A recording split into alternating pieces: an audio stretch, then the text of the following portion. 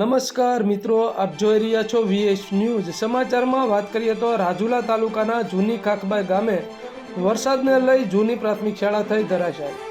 આ પ્રાથમિક શાળા જર્જરિત હોવાને લઈ બંધ હાલતમાં હતી। અવિરત વરસાદના પગલે જૂની પ્રાથમિક શાળા ધરાશાયી થઈ હતી। શાળા ધરાશાયી થતાં એક આખલો ફસાયો હતો અને ક્રેનની મદદથી આખલાને બહાર કાઢ્યો હતો। આ ઘટનાને પગલે સ્થાનિક લોકો દોડી ગયા। થોડીવાર માટે અફડાતફડીનો માહોલ સર્જાયો હતો।